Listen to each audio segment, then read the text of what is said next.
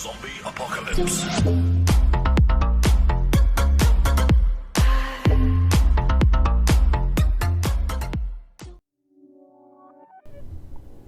Hello everyone and welcome back to my YouTube channel. My name's Calvin and I've got some welding videos here for you lot today. In this video I'm going to be welding together a 10-inch T and elbow piece with weld neck flanges on it and one 2-inch socket. And without any more delay, let's get it started. First thing I do is clean the paint off of the pipe. Gives it a nice finish when you're done welding. Stops introducing as much silica into the top of the weld. Once the pipes are clean, I can start tacking together my first piece. Here's just a little sliver going onto an elbow. You can see I had to use a hammer because I didn't line it up just perfectly straight. But a little bit of persuasion and it's in. So I put my tack on, level it off, turn it sideways again so I can put my flange on.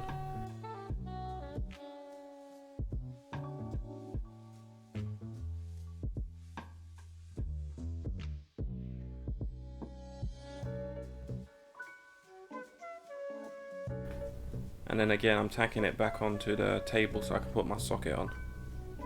Anytime I got sockets to put on, I tack the piece to my table like that. One tack on the back holds all the weight without having to use a grinder to cut it off after. Also, I don't like double handling, so I'm leveling off the flange while it's in this position as well. Here's a socket going on.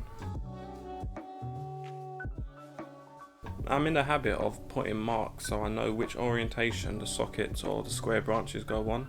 It makes the gaps more consistent. So one tack on the side, leveling it off using my screwdriver and shims to make sure the gap doesn't close up on me. And then just checking and checking, putting on the last 2 tacks, sorted, ready to be welded later on. This piece is done, I put that to the floor and then I work on my T piece. Anytime I tack my pipes, I like a nice gap so I can root them at the same time. That way there I don't always have to cut the tacks out, I can go straight over my root. And then yeah, just tack one side, turn it over, open up the gap so I can put a root in. That's I put a tack in, that's a root. Then I can tack it back onto the table, level it off and put the flange on. Sometimes you can't always tack on the outside because you'd have a V-stand or table in the way, so I put a few tacks on the inside, just small ones, so when I'm rooting I can burn straight through them.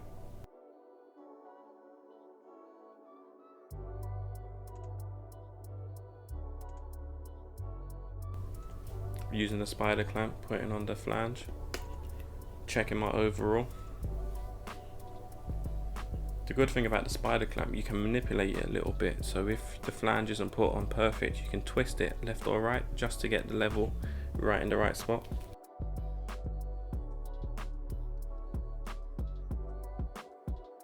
Again, using my shim to hold the gap so it doesn't close up on me.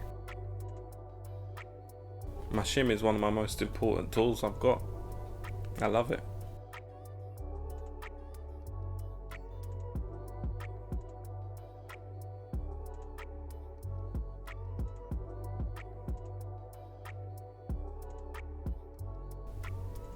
There we go, T's all tacked up.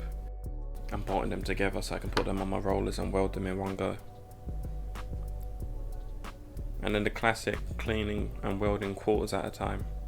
This video I recorded when the saw was playing up and I thought it was broken, so I had silly sized gaps, but turned out the blade was only blunt. You'll see how I wiggle the torch to get my root in. And then here just welding quarters by quarter.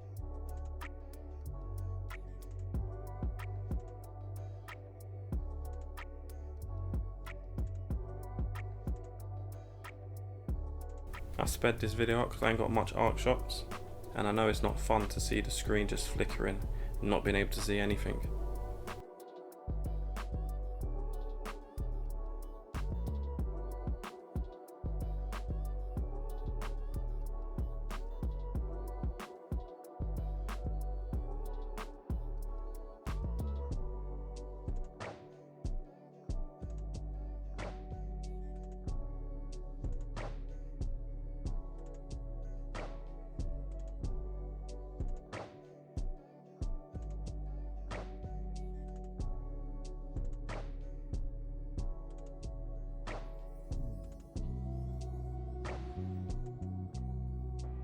There you go, that gap there was 10mm. The saw cut it at an angle, it messed it up.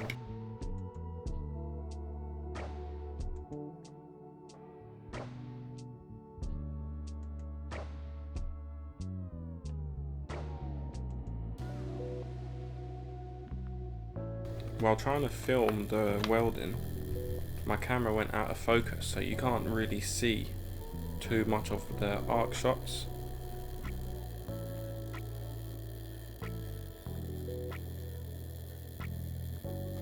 Here I'm routing a perfect size gap, and you can see I'm just letting the molten pool touch both sides and I'm moving on. I'm welding at 19.5 volts and 6.5 meters a minute using 1mm solid wire with a copper coating, and my gas is 12% CO2.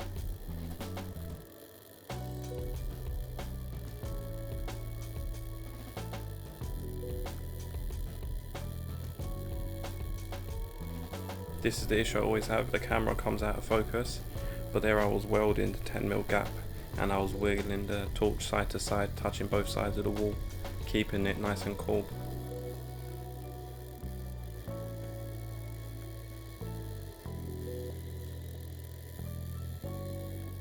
And I'm welding the remainder of it here.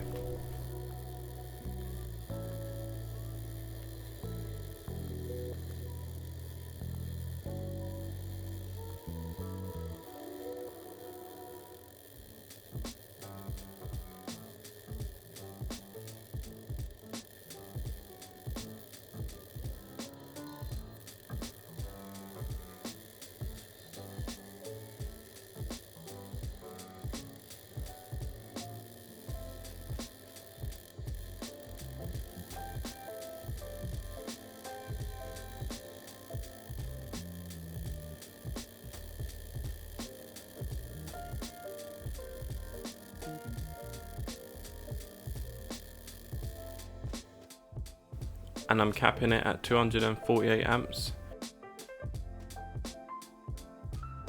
The machine compensates when you weld with different gas settings.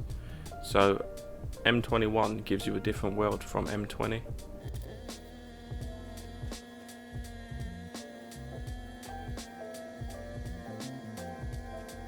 And M21 gas is 15 to 20% CO2 mix, and M20 gas is 8 to 10% CO2 mix.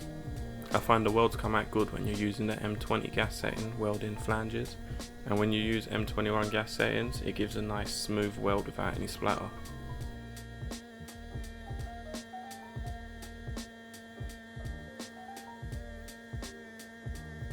What I'm looking at when I'm capping is to make sure that the molten pool is touching both sides of the bevel and then moving on, and I rely on my settings to make sure the cap comes out nice. And I position my hand so the molten pool solidifies at 12 o'clock. If I was welding 2.5 inch, my positioning will be a lot lower, so the molten pool can solidify at 12 o'clock.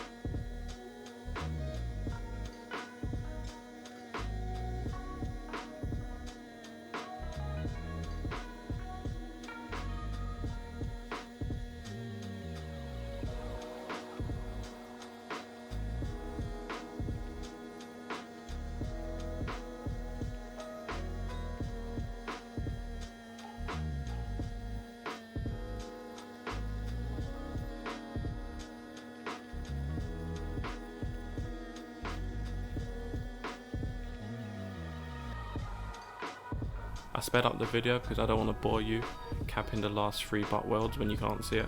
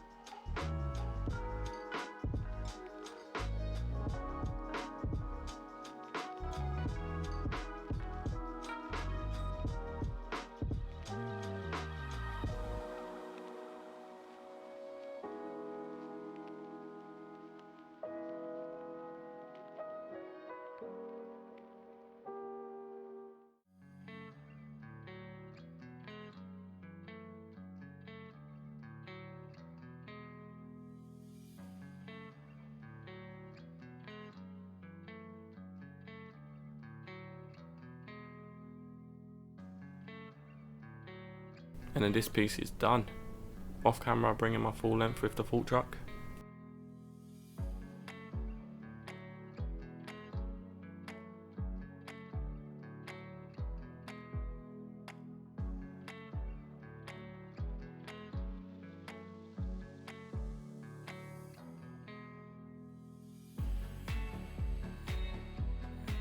When I weld my sockets, I leave a nice 3mm gap so you can get a route all the way around. It's very easy to blow through a socket, so I'll mostly focus on the pipe. That way there you can run a lot higher amps without blowing through. The worst part of the job when you have to pick up heavy lengths. So I've put the T on the V stands, just making sure it's level before putting the first tack on. Once I get the first tack on, I can put a shim or use the V stand to get the flange level to the pipe, ready for the second tack to go on. Like I said before, I don't like the double handle. I could turn it sidewards and level off the T completely now, or I can keep it in this position and put another pipe on it. I get paid once I complete a piece, so most of my techniques you see is me trying to work as fast as I can while maintaining quality, which is why you may see me take certain shortcuts.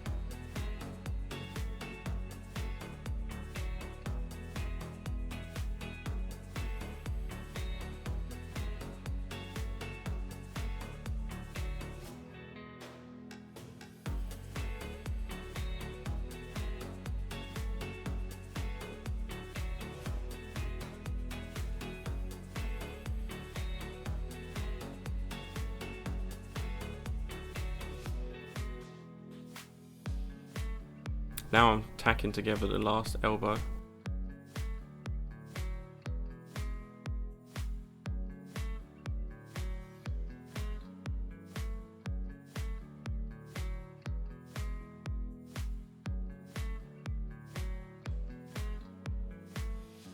And I'm using a straight edge just to make sure the flanges are aligned with each other.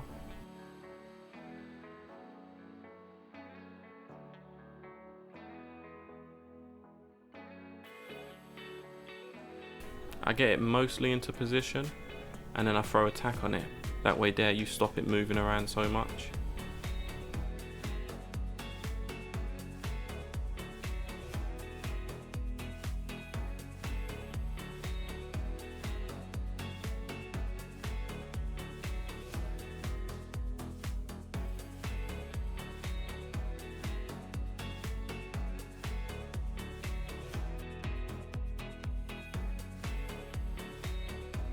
I'm sure some of you don't know, but for those who don't, if you measure the outside of one flange to the outside of another flange, it gives you the center and center.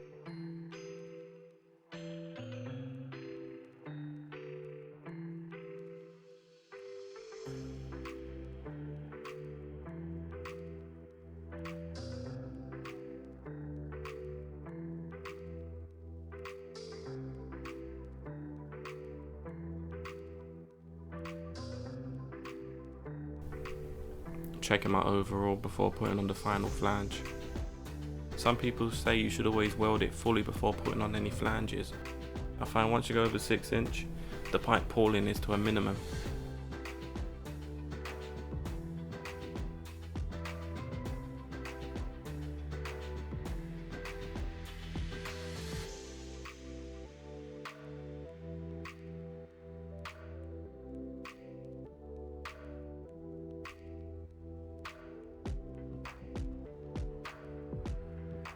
Again, checking my overalls before tacking the last lap.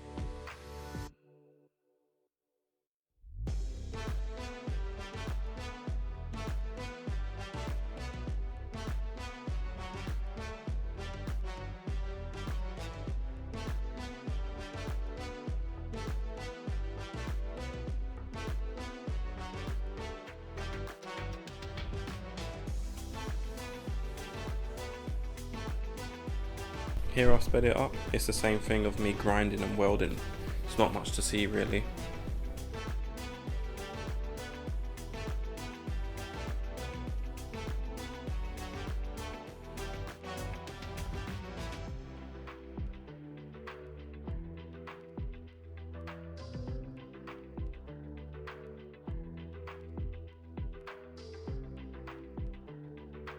If you want to see more arc shots, check out my last video. It's got plenty in there.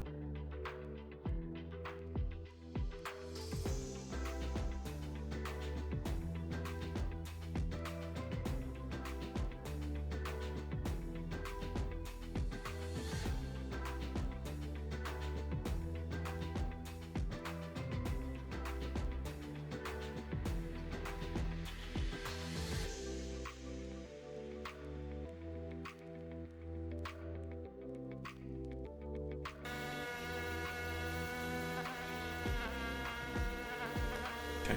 You can see how the welding messes with my camera's focus.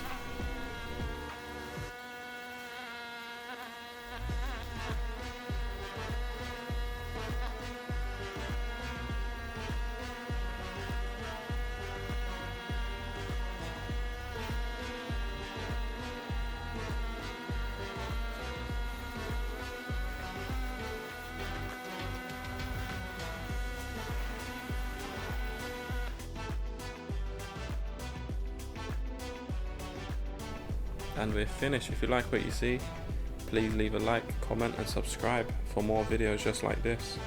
My name's Calvin, thanks for watching.